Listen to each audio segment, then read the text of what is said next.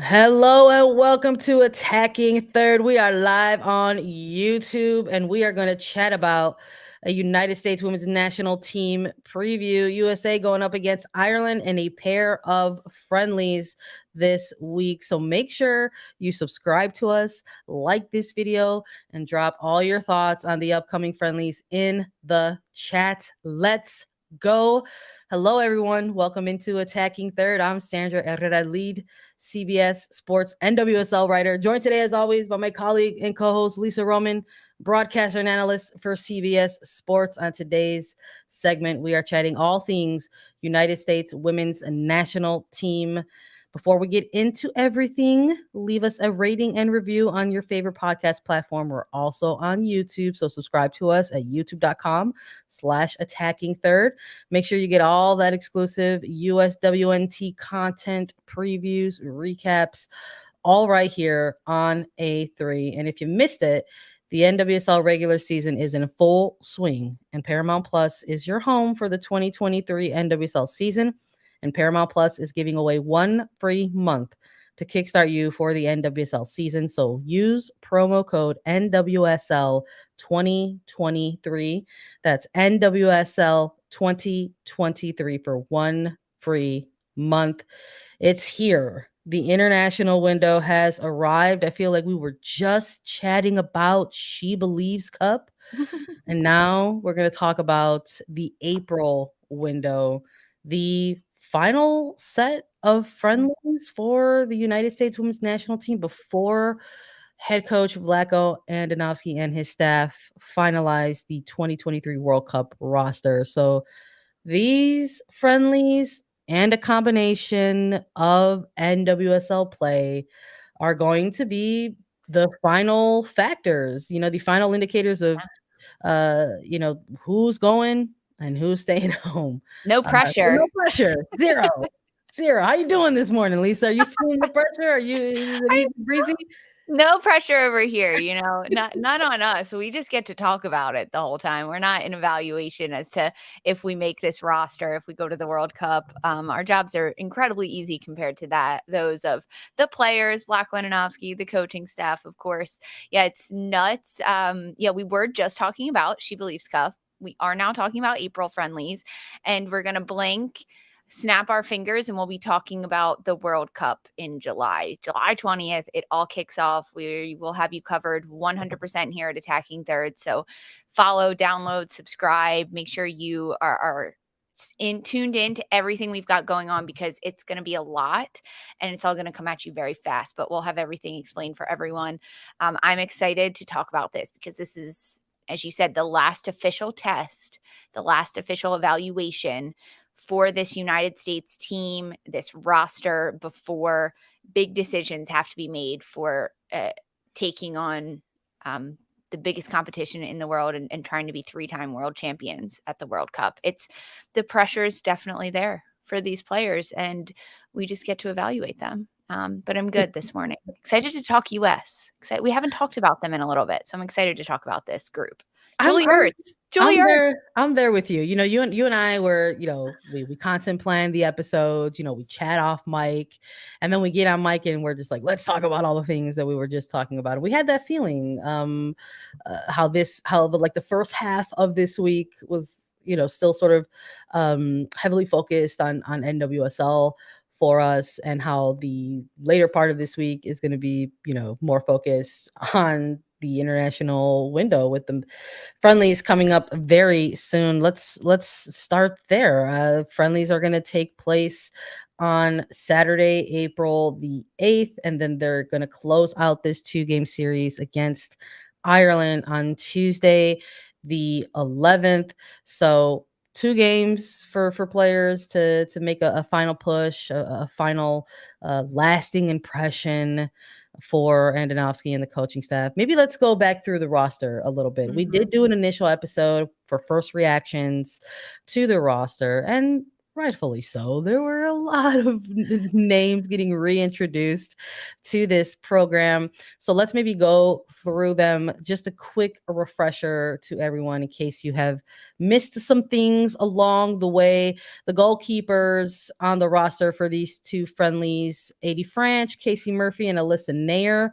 Defenders: Alana Cook, Tierna Davidson, Emily Fox, Crystal Dunn, Naomi Girma, Sophia Huerta, Casey Kruger, Kelly O'Hara, Becky Sauerbrunn, and Emily Sonnet.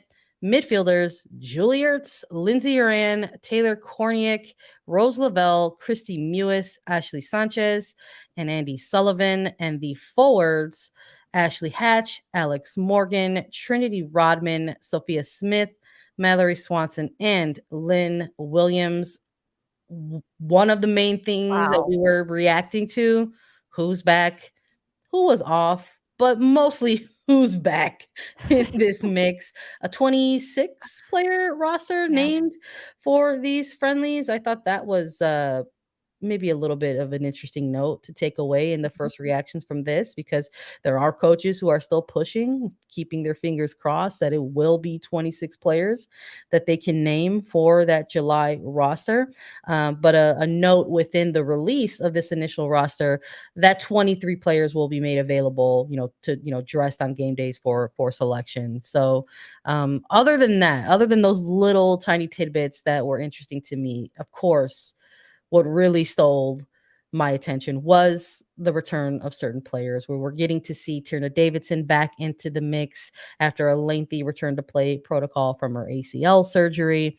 We're going to get to see Kelly O'Hara's return after missing some extended time with the team with, I believe it was kind of an ongoing hip issue for her. And we're going to get to see players like Casey Kruger back in the mix. And of course, Julie Ertz. So, I mean, that's a handful of players, all handful of players excited to see their return. And of course, we can't leave out Sophia Smith, right? Because she missed the first Yeah. two camps this year, but she doesn't look too out of form at the moment. No, no. I mean, even you look at someone like a Kelly O'Hara that has been missing the international camps and play with the US due to injuries, but she's been with Gotham. She played in the first 2 weeks, getting significant minutes. I think 90 in 1 week, and then close to 90 the second week. So definitely, like, these players are up to form and ready to compete. I know Sophia Smith talking about how she was disappointed to miss the first couple of camps due to injury, but it was the right decision for the team, for her recovery. And it was more like, let's get it back, like right back into things for her. But yeah, when you look at this group, there are a lot of experienced players and a lot of veterans on this group. A lot of players that have a lot of caps. There's over 6 players with over 100 caps on this roster. One of those actually being Julie Ertz, which she's going to be honored, which is so funny. Yeah, I saw this in the press release, and yeah, I just think it's kind of funny because Ertz hit her 100th cap in like March of 2020. yeah. Oh But my then the pandemic came, and then it God. was the Olympics. And that was the only time that the US was playing in front of fans, and you can't honor someone for their caps or personal achievements Yeah, in those Olympic stage moments, like same as you wouldn't do it for a World Cup. You can really only do that during friendlies. And then she hasn't played in yeah, any friendlies. So Ertz has yet to receive her 100 cap kit and like framed jersey. yeah, So she will be trying to earn her 117th and 118th caps in this camp, yet being honored for her 100th. It's just like that just goes to show you how long it's been since she has been in this mix. We saw Alex Morgan being honored for her 200th. There's just a lot of different pieces to break down, but good roster that Black Lewanowski has put together.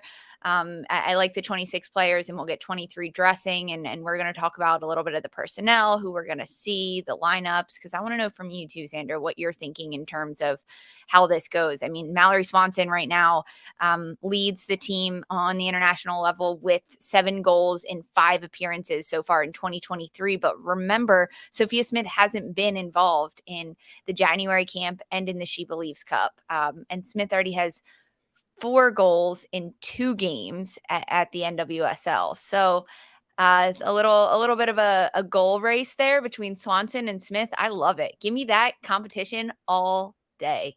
Look, I think going up against Ireland, it's going to be a tough day.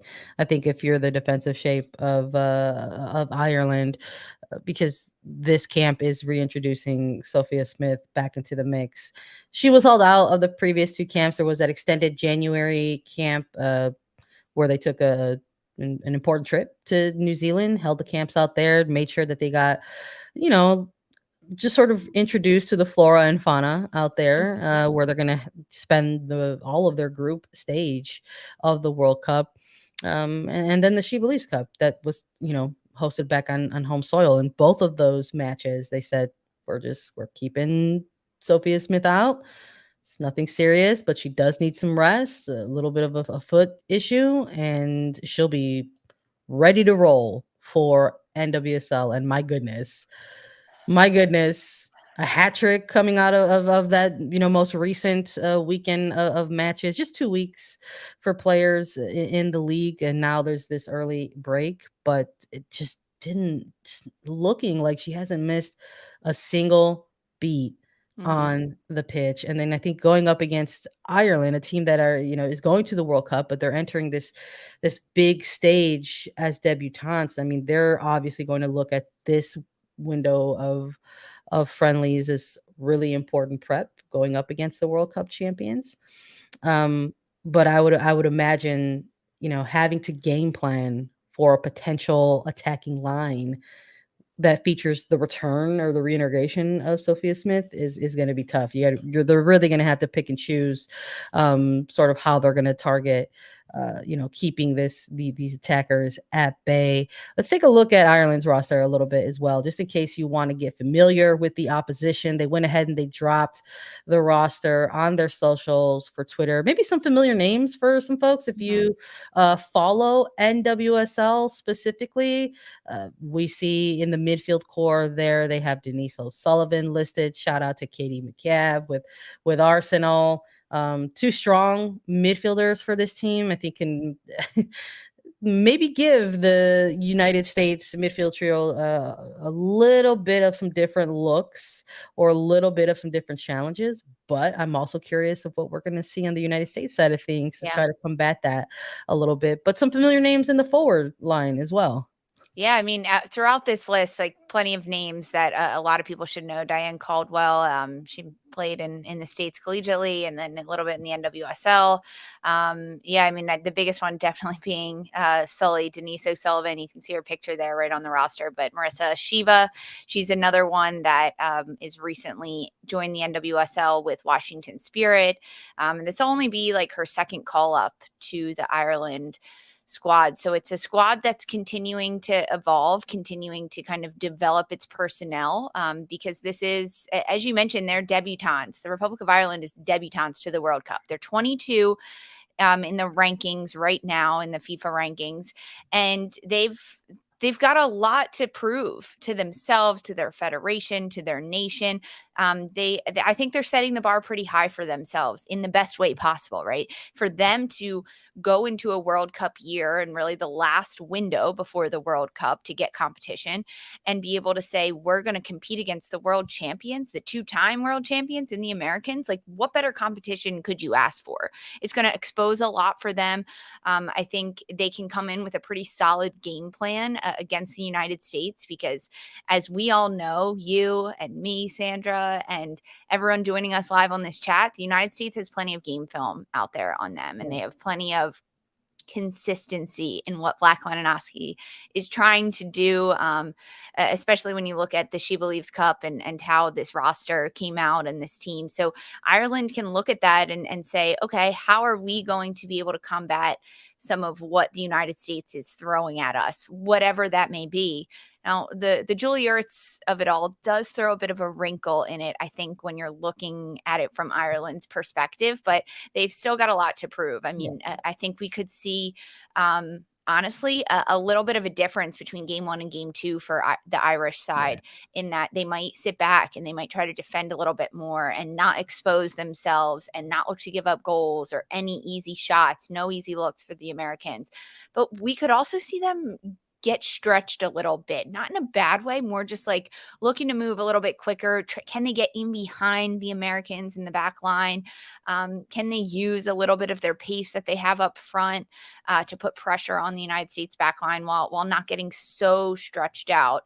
And trying to find that balance and defend against that for the United States is going to be tricky. That's why I think this is such a great matchup for Ireland against the United States. I'm really excited for it. Yeah, Excited me for too.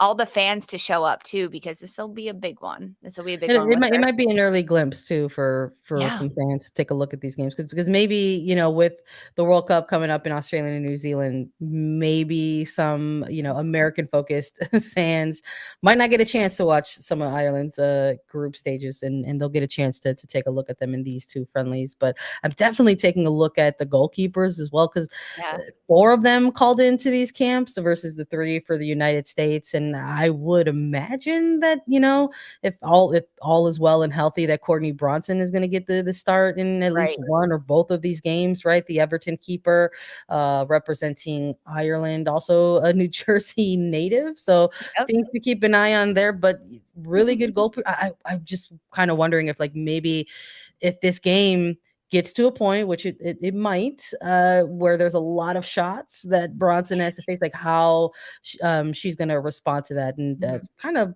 just able to absorb those things, which I think she can. I think we've seen some film on her before in the past, in their lead up and build up to the World Cup, where if the game is sort of coming to the keeper, Bronson has risen to the challenge of that. So, we'll see. I'm excited to get a look at Ireland's roster and squad as well as they continue to make their march to the World Cup, and I'm excited to see who could possibly start in either of these 2 games. We got to talk about it, and we will. We're gonna Uh, talk about again the players who are back in the mix. Who's gonna get those minutes? What are we gonna see? Maybe a couple lineup wish lists, from me and Lisa. Stick with us. We'll be back after a quick break. You need to know what you're getting into. This is not cops and robbers. The enemy is everywhere, but he can't be seen. Why me? None of this makes sense. It's a mind game, John. What have you gotten me into? I can't tell the difference between what's real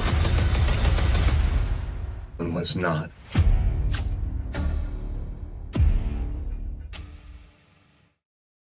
All right, welcome back in, everyone. We're chatting all things United States women's national team friendlies versus Ireland during this April international window. In the build-up to the matches that will take place on April 8th and April 11th, there has been some various media availability. We wanted to chat a little bit about that as well. Just reactions to things like that. I was able to sit in on the media call, which featured both Julie Ertz and Sophia Smith. I think a lot of great stuff coming out of those 2 things. And those 2 players talking about, kind of where they are in different phases right now, because we've got Sophia Smith, who's still scoring goals nonstop, and we've got Julie Ertz, making her return after an extended absence from the pitch. But I think the common thread for me, kind of listening to those 2 in separate calls, that these players, as the weeks go by and the days go by and gets closer and closer to World Club, they're just ready to just get in there and compete. Even if Yeah, even if this they just want even to if play. even if it's like the trainings where they're Yeah. just like going at each other, they're just like, we hear about it all the time, how these bubbles, right? These training camp bubbles are just like some of the most intense experiences that some of these players have, because they are both competing against each other essentially for World Cup spots, but also teammates, Yeah. right? It's Um, almost like this double-edged sword that they have, because you also want your teammates to do well. Like, it's awesome. You want Mallory Swanson and Sophia Smith and Alex Morgan to score a bunch of bangers during practice. That gets their confidence up. That does great. But as a defender, as a goalkeeper, no, you want to make sure you stop them. The competition is incredible. And the fact that Smith and Ertz haven't been in camp, I mean, Ertz much longer than Smith, they're just itching to get back out there. They're like twitching with like withdrawal from not playing with this team. And that's basically what we saw in these media availabilities from both of them. Obviously some different, line of questioning for both players. I think for Ertz, a lot was focused on her, return back, her path back, her decision making, and in her return, and what that's like, sort of getting back in the mix, but this time as a mom. And I really appreciated what she said um, in these media calls about kind of how she's looked to other players Mhm. as well for support. I think Julie Ertz, she's a player who played with the Red Stars for a really long time, and that's a local team that I've been able to cover. And I can tell you, during her time with Chicago, constantly hearing from teammates that Julie Ertz is a player that demands a lot of excellence on the pitch. Yeah. So in terms of the leadership that she provides, there are teammates and players who want to do well because they know that their captain essentially, expects that and wants that from them. So I think to sort of knowing that and having that in the back of my mind, and then getting into a media call with this player, and getting to hear how things have changed for her since, Mhm. post injury, and obviously since having a son, and how she's actually someone who's been looking at other players and relying on and leaning on other friends and teammates. She shouted out Shayna Williams, who's with the Red Stars now, as someone, navigating a pro career with 3 sons. She mentioned Kalia Watt specifically, that they had actually spent some time together, training and trying to get back into form. And we had heard so much, I think, up until this point, with Andonovski's preliminary roster announcement press conference, that the conversations that they had did revolve around what she was doing to try to retain fitness and remain in form, and the Mhm. training that she has done with various MLS academies, versus maybe some of the line of question that we saw from Sophia Smith, because this is the player who's like incredibly in form. Shout out to Tamara for asking Sophia Smith a question about her current era. And I loved the response from Sophia Smith, how she was like, I'm not going to refer to it as my villain era because I'm a very sweet and happy person on the pitch. But she just referred to this moment as her winning era. And I love that. That's the kind of energy you want from your goal scorer. I Oh, think it's in completely. front of you of a World Cup. Yeah, completely. I mean, that's exactly what you want a player to say, right? There comes an element that we see a lot of these players that are so humble, right? And they are just so grateful to be where they are. And it is nice to hear that and nice to see that in a sense, but it's almost better in this sense when Sophia Smith is like, no, like I'm here to win. I'm here to go out and score goals. Like she basically was like, that's what I wake up and want to do every day. And I'm going to do that. And to hear that as a fan, as someone covering her and this team in the space, it is very, very inspiring to hear that confidence coming from a young player that not only does she believe in herself that she can do it, but she's obviously feeling the confidence of her teammates and coaches and support around her that is saying, yeah, you can just go out and do this if you continue to work hard. And then the fact that she's executing it and able to do that. I mean, it's truly incredible and so impressive to see from such a young player. It's Vlatko Andonovski also saying that it doesn't look like Sophia Smith has technically missed a beat at all either, like because she hasn't in what she's been able to do at the club level with Portland Thorns, but welcoming the team back in. Sophia Smith saying that like, hey, it's nice that like I was welcomed back into this group and the competition is still there. I mean, it's really exciting. It is a really exciting time, but definitely different vibes with Ertz coming back and Smith coming back. So I think it's important to note that when we were on this call, it's Julie Ertz and it's Sophia Smith, right? Two players who are maybe in different phases of their build up to the World Cup, right? And I think that sort of leans into maybe the next part of this segment, which we're talking about these games and the players who may or may not participate in this. Who are the players who need minutes versus who are the players who's going to get them? Because that was one of the little bullet points that was on this roster announcement when it dropped. These are the last international friendlies before Andonovski and the staff finalize a World Cup roster. So yes, there is going to be an emphasis on club play for the remaining couple of months in the buildup to the World Cup and when that roster is announced.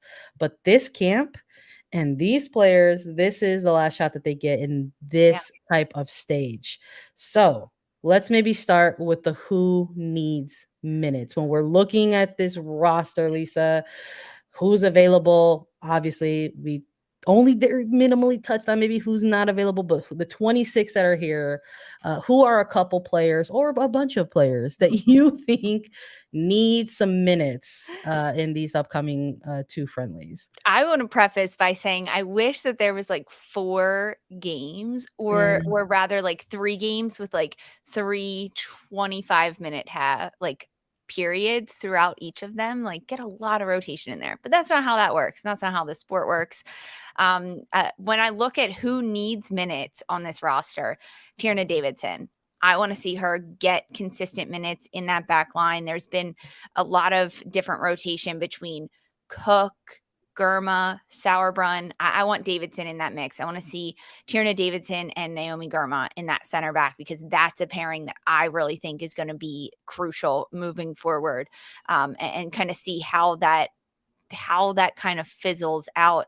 I mean, there's plenty of players in this defender group that need minutes, right? I'm looking at Kelly O'Hara, who hasn't been back in, Emily Sonnet, Casey Kruger, who is back newly into this roster. But I think among those 10 defenders, Davidson is the one that needs the most minutes in that group, or really maybe not the most minutes, but the most amount of evaluation from Black Wananowski to see not only is she fit? Is she ready to play? Is she not missing a beat? Which I think she's pretty fit and I think she's ready to play, but how she works alongside the players on either side of her and that center back pairing. Yeah. That's one that I'm like very keyed in on. Defenders for you, anyone else in particular stand out?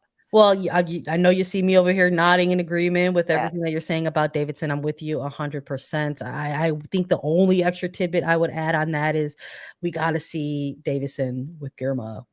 Prior to her injury, we like you said, we saw Sauerbrunn in that rotation. We've seen Alana Cook endlessly because for a very long time, really over these last 2 years to 18 months, she was the healthiest center back option for this team. And there's film. There's a ton of games that they could look back on and see minutes between Davidson and Cook sharing that partnership. But in the absence of Davidson and her return from an ACL, Girma has risen up within this center back core. And that's something that we didn't get to see because Davidson was injured. So will one of these games feature those two together and how that partnership might work? So I'm with you 100%, but I think we also need to see Kelly O'Hara in the mix and how she is looking, with this back line. And I think if you're calling this player in, you have to throw some kind of minutes to Casey Kruger. I'm a little curious about this because it's evident that this is a player that Andonovski rates as a defender. He's a coach with an extensive NWSL background, and he has rated her for quite some time. She went to the Olympics under his roster as one of those 4 extra players that they were able to take in terms, the extended pandemic rosters. And now she is returned back into the mix after, maternity leave. So while he rates her, that's great. Is he going to throw her some minutes? I don't know. Would I like to see money it? where your mouth is? Would I like to see it? Yes, 100%. So I think there's a number of areas in this defensive back line where we can see. But since we're talking about defenders, let's stay there. So we're talking about who needs minutes versus who we think is actually going to get them. Yeah. And I think a couple of those players as well that we could take a look at in the defenders is Emily Fox and Sofia Huerta.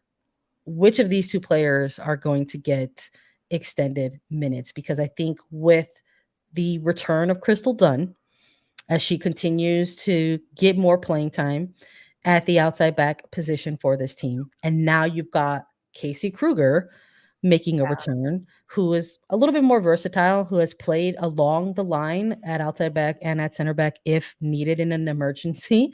And now Turner Davidson and Kelly O'Hara, who has traditionally been the right back for this team. So what is it going to mean for players like Emily Fox and Sofia Huerta? We've been talking about that all along, that as players, veteran players, experienced players begin to make their return and get reintegrated back to this team, eventually we'll see players rotated out.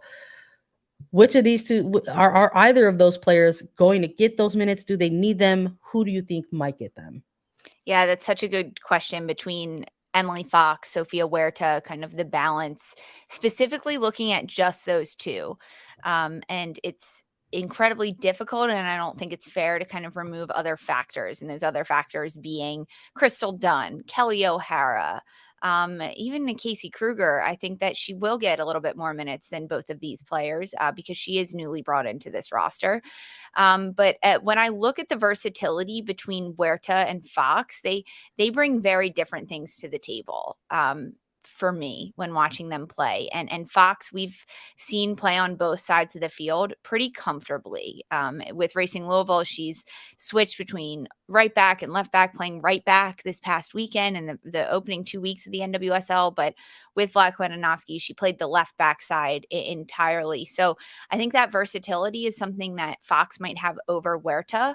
And I think Huerta could play both sides, but we just haven't seen it. She's traditionally been on the right with like sporadic minutes on the left back side. And because of that and kind of what Fox has given, Fox really came in and it was like baptism by fire, and then gave a lot of minutes. Fox can get forward. She can get into the mix. She can run a little bit rogue, but I think that almost works with this team and with this roster. I think that if it's between those two, he's probably going to lean a little bit more in favor of Emily Fox.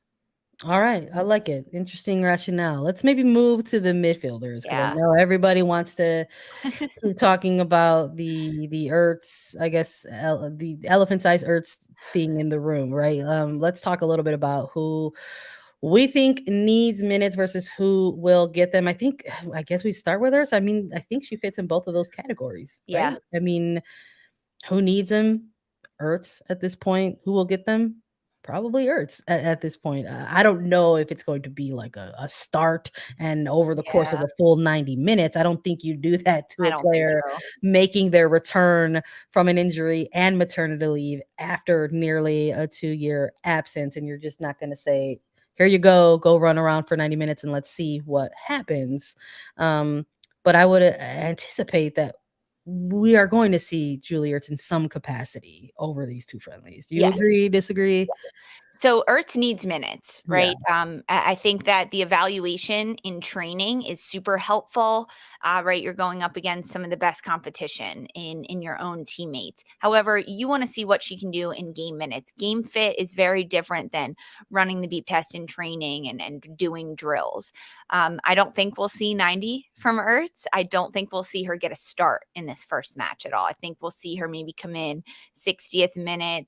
How can she close out the game? How can she change things? I think, honestly, we'll see a little bit of consistency from Vlatko in the midfield to start the first friendly against Ireland. But yes, we're going to see Ertz. Unless something has happened in training that, of course, the public doesn't know about. But I don't think she would be called into media availability if we weren't going to see her get time. I don't think that they would be continuously publicizing everything that's happening if she wasn't up to form. Clearly she is. Otherwise, she wouldn't even be called into this camp. You don't get to that point. So Ertz is up to form. She's ready to play. She's fit. she'll get minutes, and Black Wenanowski needs to see her get minutes. Now, he's seen her play alongside Rose Lavelle and Lindsey Horan before. That's what we saw throughout the World Cup. So that trio necessarily isn't new. Of course, there's been some absences, some evolution in the game for for Horan, for Lavelle, and then Ertz missing such a long lapse of time. But it's like riding a bike when you get back in there with the same personnel around you. So I'm not so sure we'll see that for an extended amount of time. The middle of Horan, Lavelle, Ertz. We might see it, but not for a long time. I think he'll want to see how Ertz works with a Christy Mewis or a Korniak or an Ashley Sanchez. I mean, I would like to see Sanchez, Lavelle, Ertz in that midfield. I love Lisa. I know. Lisa living dangerously. I know. So you're like, here are my bubble midfielders, and I want to see them all at the same time playing together. Well, I mean, Rose Lavelle is not a bubble midfielder. I think maybe more Sanchez and I also don't think Sanchez is a bubble midfielder. I think she's no, me neither. In this roster, it's Ertz more so that is on the biggest bubble of them all. And if she's going to get minutes, I mean, who do you want to see her play with in the midfield? Lavelle or Ertz? Ertz. Oh, I want to throw it back to 2019 just because it's evident that that's what this coaching staff is doing. And we got to see it. We got to see if it works because, during that 2019 World Cup, there was an adjustment that was made. We saw this combination of Ertz and Horan and Lavelle in an early group or stage match or two, and then that switched. Sam Mewis got involved, and that midfield trio of Mewis, Ertz, and Lavelle, they rode that all the way to a World Cup championship when it came down to as the wheels were falling off. They were still riding it. Injuries from Sam, injuries to Julie, and they were still the strongest trio that we could put together. So we're looking at. I'm thinking of that back in my head. So things have changed, though, I think, for all three of those players, really. Ertz is making a return from an absence, and you've got a Lindsey Horan who's playing in Europe, back in Europe, and her game has evolved in different ways. And as has Rose Lavelle. These are two players who've gotten better since 2019, actually. So I would like to see some minutes between those those three, but I don't know. I don't think we'll see extended minutes there. I don't. Yeah, I really don't. I don't know how with these being the last two friendlies, if you're going to see extended minutes there. Maybe we might see like a slither of minutes, but maybe not extensive. But I think if these are the last two, I still do want to see Ashley Sanchez in the mix. I don't forget about Andy Sullivan. Andy Sullivan has been the sixth for this team for quite some time. I don't think she'll take a backseat. I don't think she'll take a backseat in these friendlies by any means. I think she'll get the start in the first friendly 100%. I think Sullivan will get the start. I'm with you. I think in terms of forwards, though, maybe let's chat a little bit about that before we pivot out of this segment. When we're looking at forwards, who needs the minutes versus who's going to get them? I think Ashley Hatch is someone who kind of fits the who needs minutes versus who's going to get them. I think if you're looking, I think Williams will get them. I think she's had a really good first couple of camps with this national team. Mm-hmm. I think she's got a strong week 1 and week 2 performances out of the league going into this April window, and I want to see Lynn Williams continue to get minutes in that top line. And it's getting crowded because I think a lot of these players are pretty much starting caliber type of players. Now, who is the ideal three? They are all starting caliber players. Yes. I mean, I'm talking about just for Andonovski. As far as who is Andonovski's ideal three, I mean, it's been a combination of Swanson, Morgan, and Smith. Mm-hmm. But Lynn Williams is back and mostly healthy. We TBD on the elbow, right? We gotta hear about that. But I think with these more recent camps, you're also looking at a Trinity Rodman, who has really kind of, I think, propelled herself up as this sort of you need to take me to the World Cup type of player, even if this is just like one of your game changers, right? Yeah. So I think maybe Hatch for me kind of fits more of that mold of who needs minutes versus who's going to get them. How about you? Yeah, I agree with that. I mean, when you look at this group of 6 in the forward group, Ashley Hatch, Alex Morgan, Trinity Rodman, Sophia Smith, Mallory Swanson, and then Lynn Williams, locks are Alex Morgan, Sophia Smith, Mallory Swanson, like locking, throw away the key essentially for this World Cup roster. So then it comes down to, yeah, I think Ashley Hatch maybe needs the most. I don't even want to say minutes, but like she's got the most to prove almost Yeah. to force her way onto this roster. Now, I don't think that means she's going to get significant minutes necessarily. I think she'll get minutes, but she's not going to be a starter for this team. She's not. So why put her in that position? You don't. That's not where you're going to see her, right? Throughout, if she makes this roster moving forward. So I think Ashley Hatch, we're going to see her get minutes, but probably more minutes that are more likely to be when we'll see her moving forward. So 45 minutes, maybe we'll see her get in. 60 minutes, we'll see her get in. And those are going to be more important minutes for Hatch than if she were to start the game. How can she enter the pitch, be a super sub, be a game changer, add a spark, add something different to what the U.S. has already done in the attacking end? So that's where Ashley Hatch needs to kind of fit the bill and say, this is where I'm going to shake things up. Now, Trinity Rodman, I want to see her get minutes and all over the place and provide different things, maybe get a start, maybe because she's one of those players that is, as you just said, forcing her way onto this roster and forcing Vlatko Ananovsky to say, I can't not take Trinity Rodman to the World Cup. I need her there.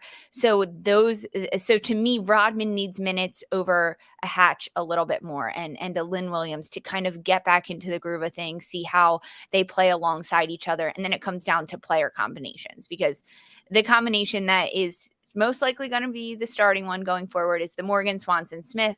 That's where they found a lot of success. That's what he likes the most. So then how do you fit around that? So who comes into that? Who comes out of that? Where does that kind of shake out? What's like your second best rotation almost? Yeah, I think maybe that's something where we got to keep an eye on who's going to be that like that off the bench impact type of trio that maybe the coaching staff might need to call on in a late game scenario or something like that. This is it. This is the window of time that everyone has to utilize, the coaches included. So I don't know. We'll see. I'm sure we're gonna have plenty to talk about once we see that first starting 11 drop for the teams on Saturday, April 8th. The international window continues. We've actually got a couple other matches that we want to touch on, some other national team programs that are going to be in action as well. So stick with us after a quick break. Now streaming on Paramount Plus. We should go to the Super Bowl.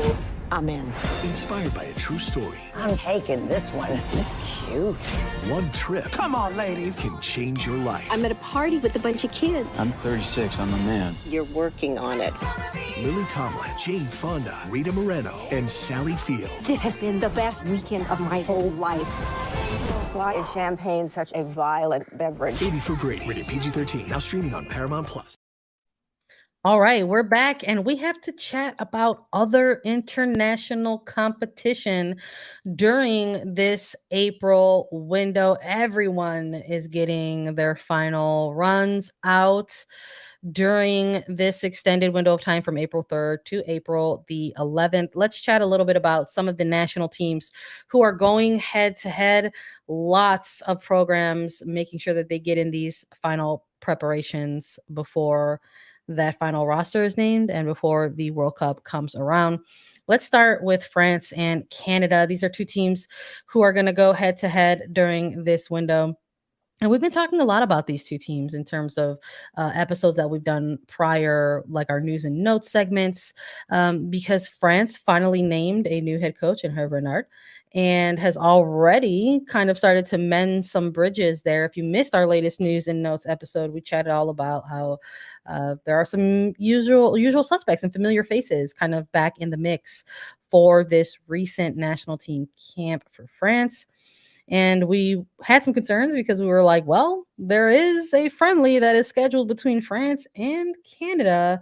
And both of these federations are in some ongoing disputes, right? So it Mhm. was an issue with manager for France. Canada, unfortunately, is still in their ongoing dispute with their federation over a number of things. Back pay and pay equity is one of them. But Canada, our CONCACAF siblings, they had this scheduled for a one-off. So while you have the opportunity as a national team to possibly have the two friendlies over the course of this week, they wanted to make sure that they had the experience. So Beth Priestman speaking a little bit during the She Believes Cup about how they wanted to make sure that they had a trip like this for player experience ahead of the World Cup, team bonding experiences, getting travel on their bodies really and how they recover from that. But with all of the ongoing disputes, that we were like, Is this up in the air? Are we going to get an update on this?" But thankfully, it's arrived. There's a new manager. Players are, still together for Canada. They are still going to continue their play in protest. They said that's going to remain as they continue their fight with Canada soccer. So I'm very curious about how these two teams are going to look against each other, all things Yeah. considered off of the pitch, right? So Yep. I'm sure we might see some interesting highlights there. Mexico. And I think it's a bit of a benefit almost for either Yeah, I side. was gonna say for who? Yeah, for honestly, for either side, maybe a little bit more so for France coming into this one because of the way that, like, the window is broken down. They didn't have to travel. This friendly against Canada is happening on home soil for them, so they don't have to travel internationally. They've got this new coach. They've got all their players back in, Wendy Renard. They've got Eugenie Le-Sommer back in. Like, they've got a lot of the pieces. It's honestly a little similar to, like, the US in the sense of, like, bringing back in a Kruger and Ertz, et cetera. So with France having a lot of play and a lot of training to do, and then to go up against Canada is really good competition. I mean, and for Canada to only play this one friendly against France, like, allows them a lot of cohesiveness in training, which sometimes is what you need when you're trying to mix things up before you get out there and play a game. But that's not it. There's a lot else happening. We've talked about it before. Mexico, they are not, sadly, Sandra, not going to the World Cup. They missed out this year, but that doesn't mean they're not in on the action. They've started a new partnership with NWSL clubs to continue the competition. So we'll get to see Mexico play against Houston Dash and the Chicago Red Stars. I know you were very excited about that. I mean, as am I, but it's so exciting, really. I think a cool opportunity for all the teams involved, really. Important for Mexico to remain like vigilant and active during this time. They're not going to the World Cup. This is the second consecutive time that they've failed to advance to a World Cup. They haven't made an appearance since 2015 in Canada's World Cup. And I like that they are providing this for the players moving forward. They're referring to it as the Mex Tour W. We have seen a Mexico national team tour similar for the men's team. They're constantly playing matches across the United States to packed stadiums in American cities. And I love that they're trying to start something like this for the women's senior program as well. So I think it's a good start to get out against NWSL clubs specifically. And I think it's a unique experience for players on those NWSL teams as well. And I know we're going to keep our eyes on maybe some of the crossover, right? We've got a Houston Dash, Diana Ordonez and Maria Sanchez, for Mexico, and they're going to go up against their club team. So exciting tidbits there. I'm excited about that. I'm so Yeah, jazzed me about that. too. We've also got Brazil on the move. They're going to have games against England and Germany, Australia, the World Cup co-hosts, with matches against Scotland and England, Japan against Portugal and Denmark. We had to shout out Haiti as well because they are also going to the World Cup. Our CONCACAF siblings have games against Nigeria and Moldova. Any of these types of matches that are really intriguing to you that you want to keep an eye on? Yeah, I mean, I think Japan, Portugal, Denmark, that's one that I'm pretty high on and continuously looking at. Japan is a team that um I think we can see cause some ripple effect during the World Cup. I mean, we saw what they did during the She Believes Cup. They come out and they've got a really strong presence on the pitch. So how do they compare against a Danish side, right? How is that going to look? The technicals versus what Denmark can bring. I mean, they're a bit more physical in what they'll bring to Japan. So those are matches I'm excited about. And I want to see England. I really want to see how England plays against Brazil. That's a matchup that I'm really keyed in on to see. And then against Australia, right? Like it's almost like precursor. I mean, it is precursor for the World Cup. So kind of how these teams are coming together, what they're dialing in on, what their tendencies become. Because if we've seen something over this last several months from one of these nations, and we continue to see it, especially throughout this international window, it's going to be the consistent moving forward. And it's what we can expect during the World Cup when they play and they're competing in their group stages. No, I'm with you. I think England and Brazil is going to be an interesting matchup. I'm also interested because I don't, Brazil is not 100%.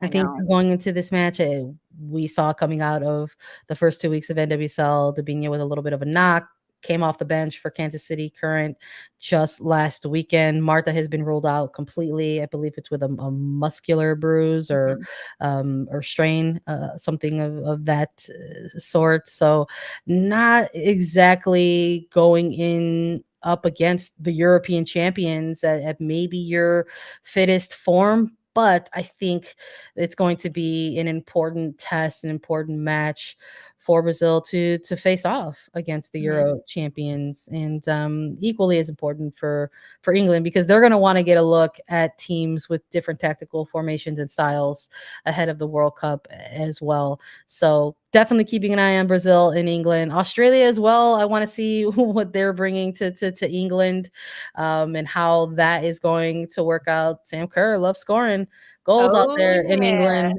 so we'll see. And I definitely am excited for Haiti and Nigeria. I mean, there's a lot. Yeah, if anyone is looking for matches to watch outside of the USA ones against Ireland, that'll happen on Saturday the 8th and then Tuesday the 11th. Yeah, there's plenty to watch. Go check out the schedule, because they're not all playing on Saturday, Tuesday. I mean, a lot of them are, but there are some that play tomorrow. There's some that play Sunday and Monday. So make sure you check them out, because there's plenty of really good action. It's going to be competitive. It's going to be fun, and get to know some of those players on those national teams, because their names will be coming up more and more as we get closer to July in the World Cup. 100%. And of course, we're going to be here for you in terms of recaps and reactions to the United States versus Ireland when they go head to head. Of course, we have to close out the episode with a prediction. Lisa, what do you think is going to come out of this game one against Ireland? Game one, USA, Ireland. I'm going to go 3-0 USA. Okay. All right. I'm going to go 4-0 USA. I like it. This is just game one, right? We're not. Okay, good. You want to do game two as well? No, not yet. We'll do that on Monday. All right. Game one against Ireland. We got 3-0. We got 4-0. Either way, we both got a shutout. So we'll see if we're correct in our prediction. Make sure you join us when we do the recap and see if we were correct, because that's all we've got for today. So thank you all so much for listening to Attacking Third. Download, follow, listen to us anywhere you get your podcast. You can watch us too. Subscribe to us on YouTube at youtube.com/attacking third, so that you never miss out whenever we go live. And Lisa and I will be back with a USWNT recap on Monday. So tune in. For Sandra Herrera and Lisa Roman, this was Attacking Third.